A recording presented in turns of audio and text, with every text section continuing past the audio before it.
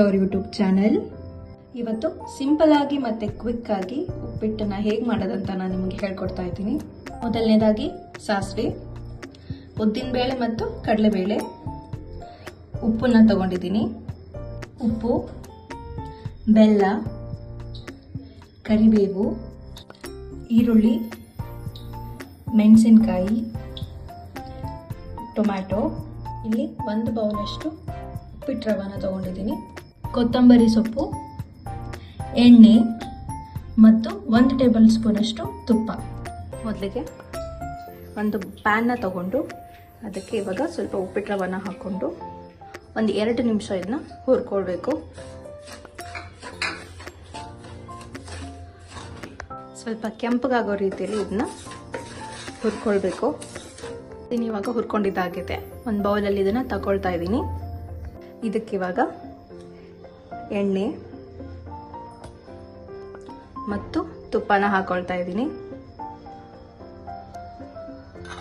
ಎಣ್ಣೆ ಕಾದ ನಂತರ ಉದ್ದಿನಬೇಳೆ, ಕಡಲೆಬೇಳೆನ ಹಾಕೊಳ್ತಾ ಇದ್ದೀನಿ. ಇದನ್ನು ಸ್ವಲ್ಪ ಕೆಂಪಗಾಗೋ ರೀತಿಯಲ್ಲಿ ಬೇಯಿಸ್ಕೊಂಡು ಇದಕ್ಕೆ ಸಾಸಿವೆ, ಕರಿಬೇವು, ಈರುಳ್ಳಿನ ಹಾಕೊಳ್ತಾ ಇದ್ದೀನಿ. ಮೆಣಸಿನಕಾಯಿನ ಹಾಕೊಳ್ತಾ ಇದ್ದೀನಿ.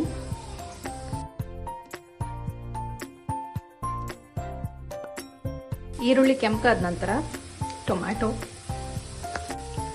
ಉಪ್ಪು, ಬೆಲ್ಲ, ಕೊತ್ತಂಬರಿ ಸೊಪ್ಪು,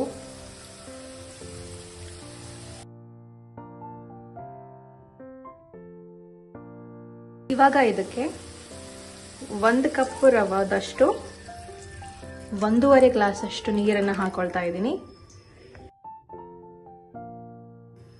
ಇದನ್ನ ಇವಾಗ ಕುದಿಸ್ಬೇಕು. ಈ ರೀತಿ ನೀರು ಕುದಿ ಬಂದಮೇಲೆ ಇದಕ್ಕಿವಾಗ ನಾನು ರವೆನ ಹಾಕೊಳ್ತಾ ಇದ್ದೀನಿ. ನಿಧಾನವಾಗಿ ರವೆನ ಹಾಕೊಳ್ತಾ ಚೆನ್ನಾಗಿ ಮಿಕ್ಸ್ ಮಾಡ್ಕೊಳ್ತಾ, ರವೆನ ನೀವು ಸ್ವಲ್ಪ ಜಾಸ್ತಿಯಾಗಿ ಹಾಕೊಳ್ಬೇಕು. ಇಲ್ಲ ನಮಗೆ ಮೆದುವಾಗಿ ಬೇಕು ಅಂತ ಅಂದರೆ ರವೆನ ಸ್ವಲ್ಪ ಕಡಿಮೆ ಹಾಕ್ಕೊಳ್ಬೇಕು.